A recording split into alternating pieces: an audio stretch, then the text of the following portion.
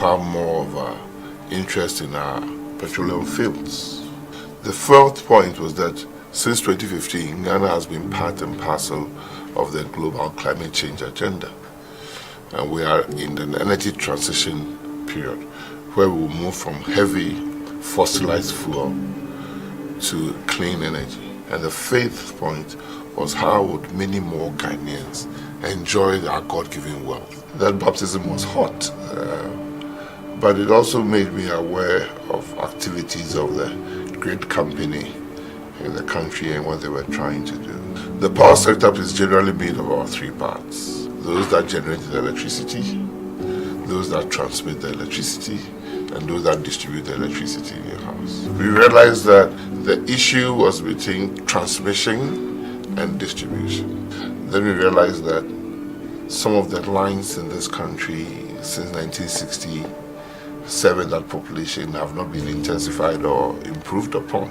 So we had to be upfront with Ghanaians. That is my style. You have to speak the truth at every time, T.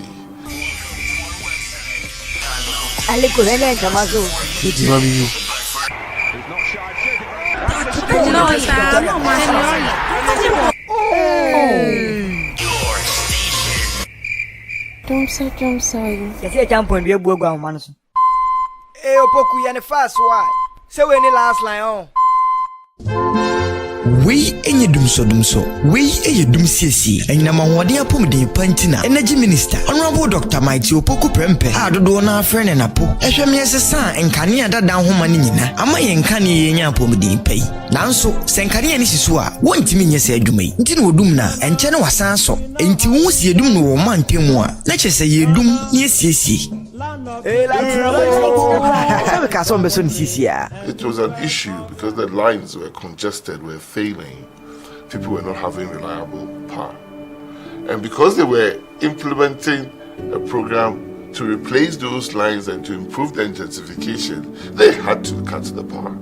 So, and in trying to tell Ghanaians what we were doing is when, in the same office, I coined the frame Doom CCA.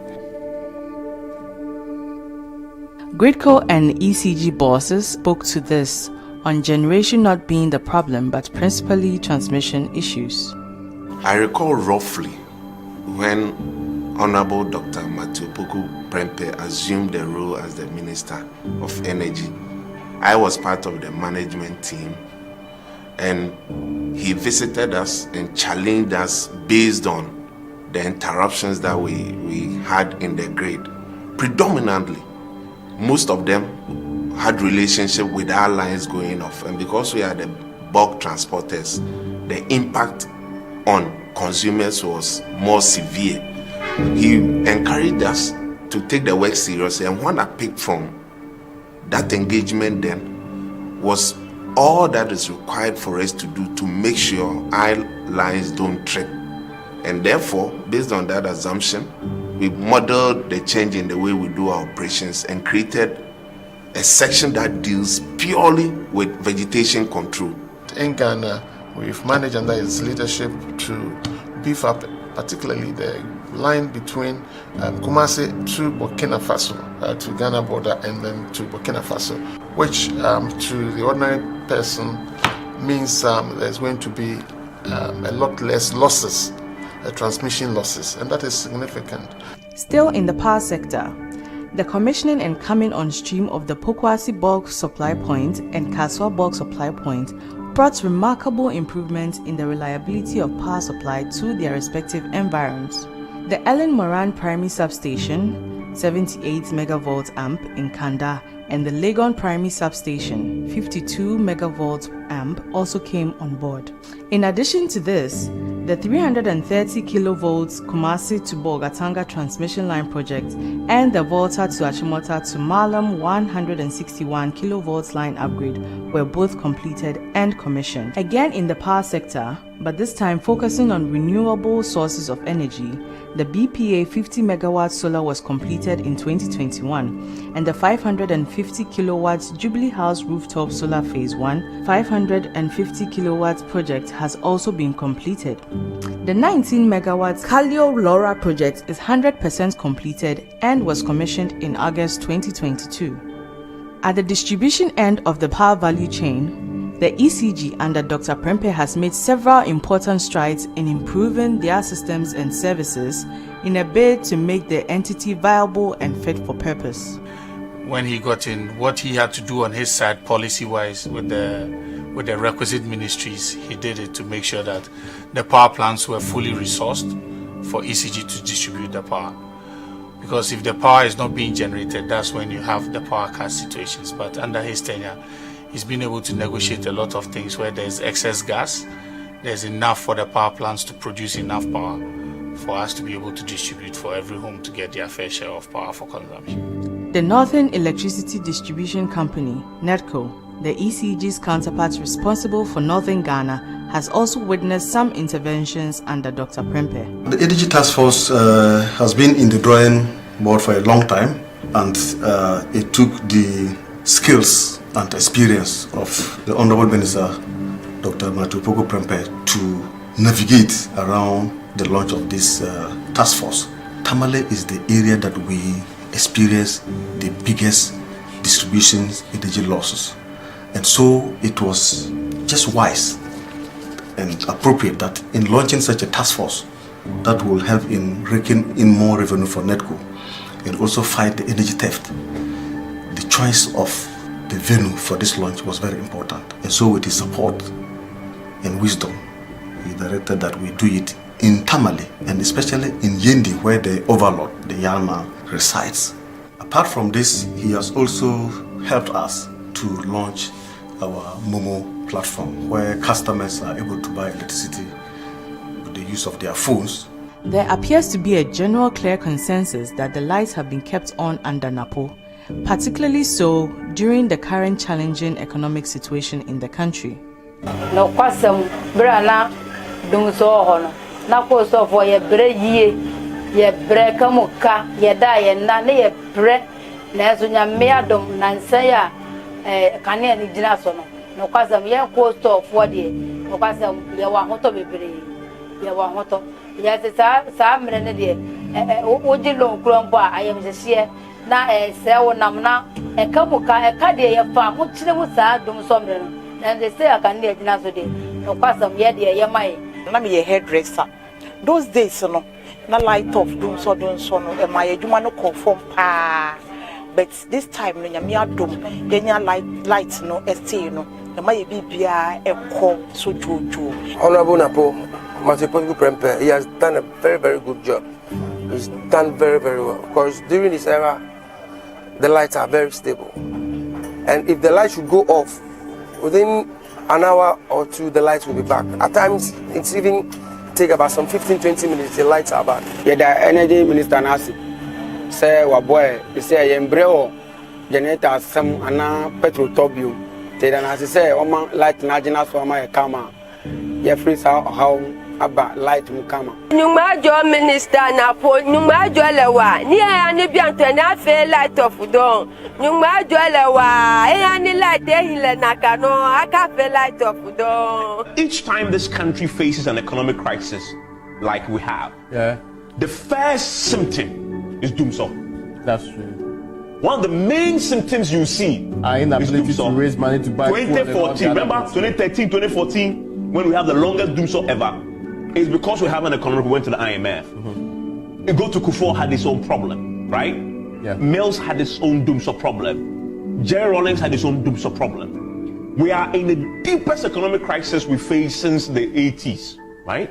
That's true. And somehow the lights are still on.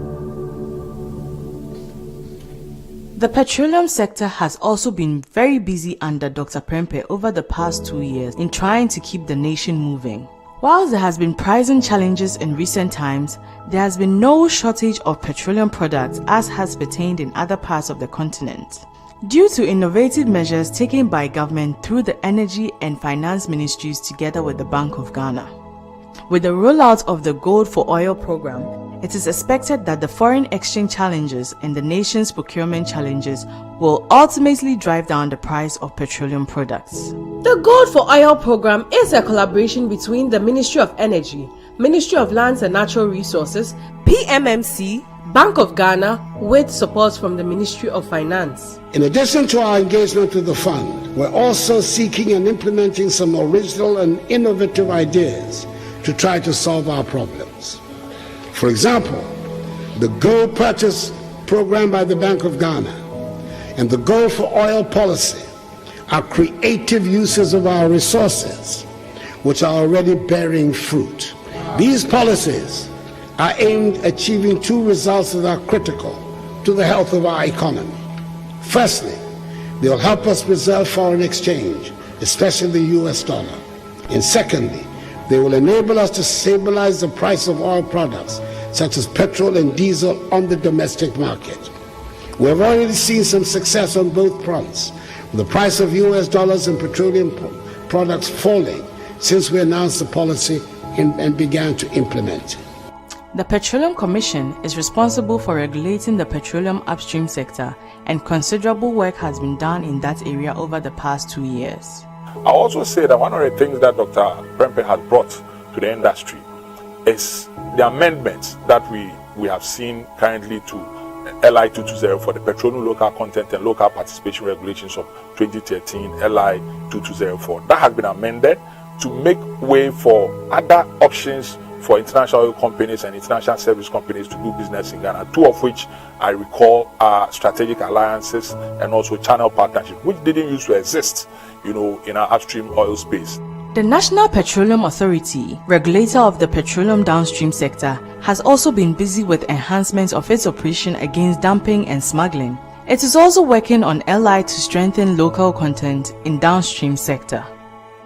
Dr. Prempeh is keen on the establishment of a petroleum hub, which is one of the government's strategic private sector-led anchor initiatives that would serve as a new pillar of growth in the Ghanaian economy.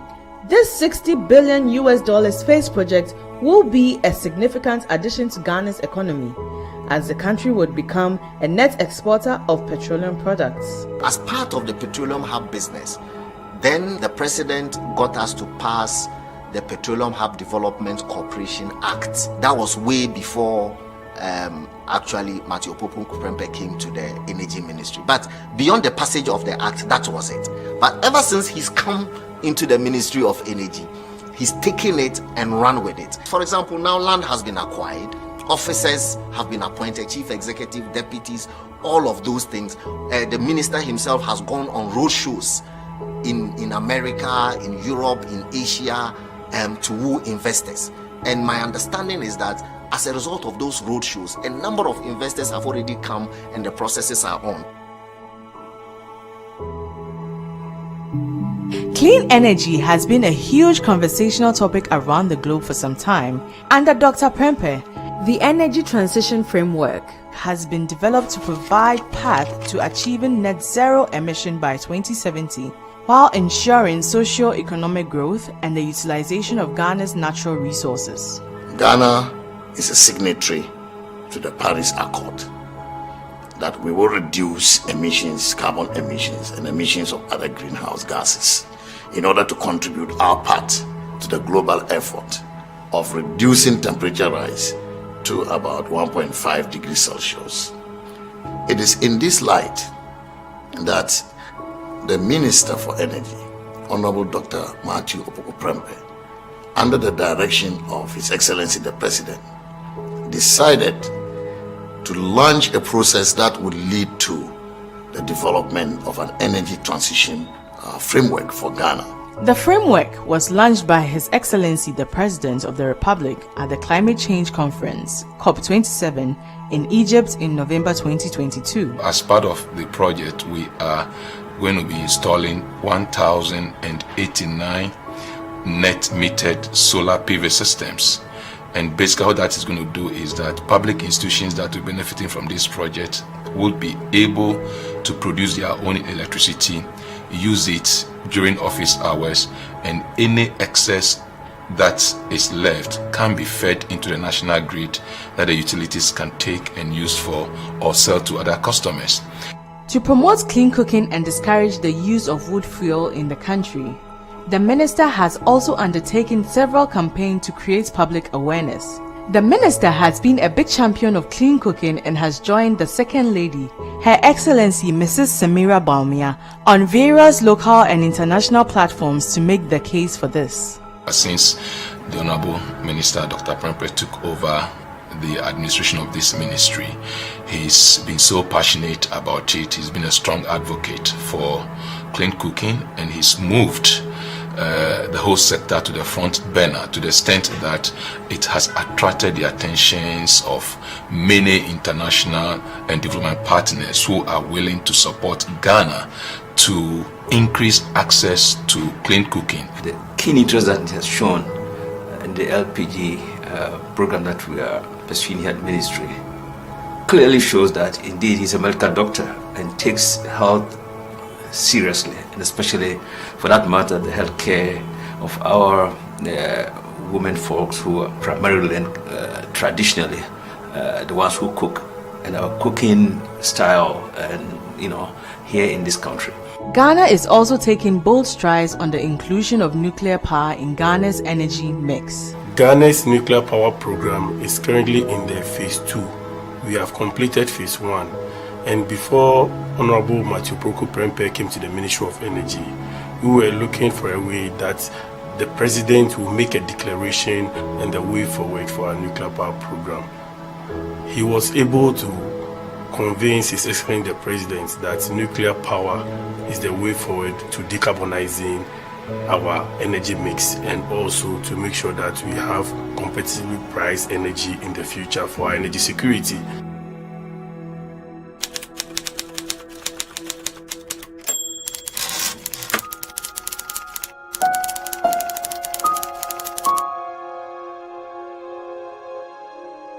If there's one thing everybody should learn to do, every 6 months or at least once a year, write your own obituary.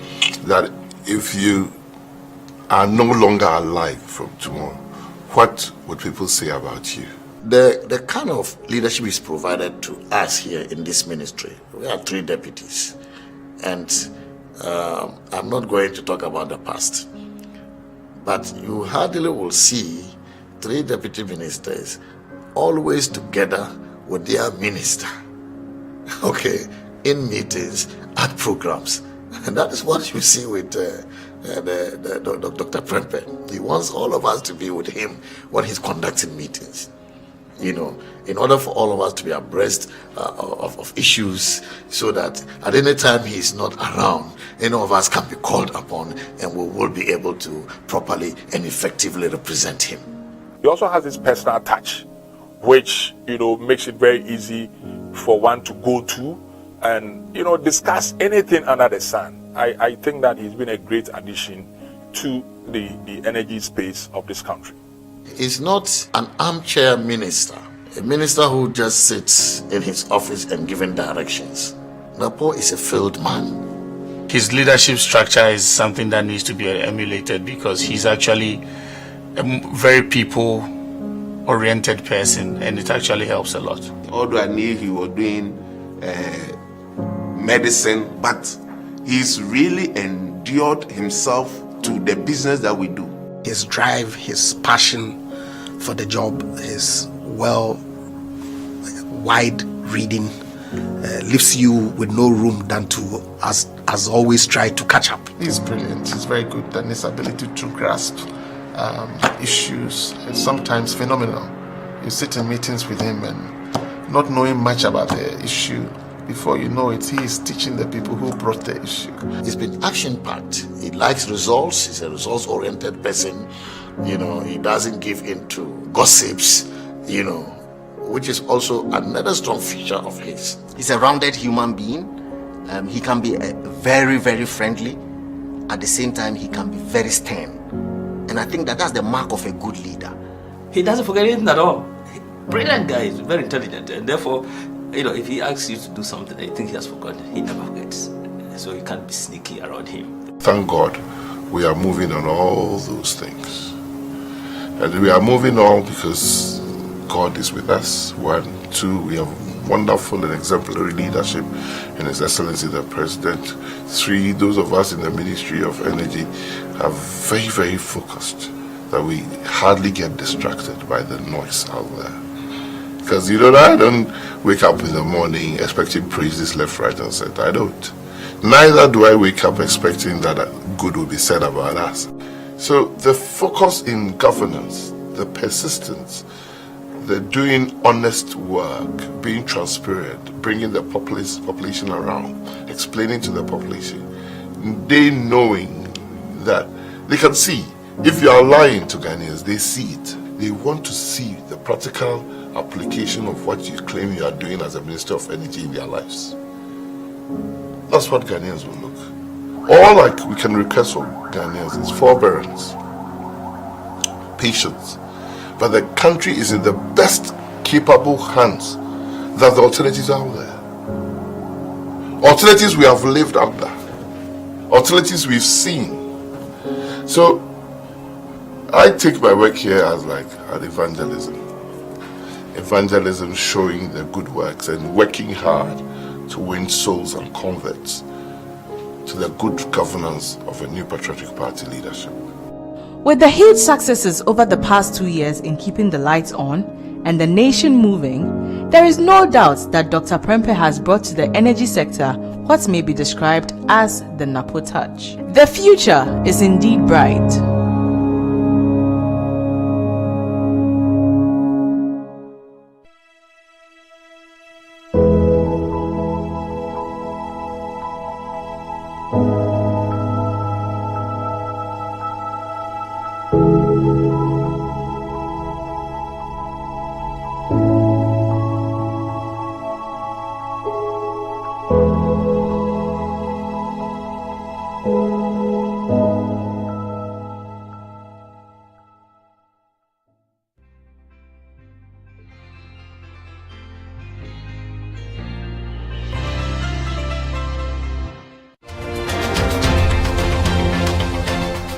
Regardless of what your point of view may be, he holds a mirror for you to see the reflection of reality.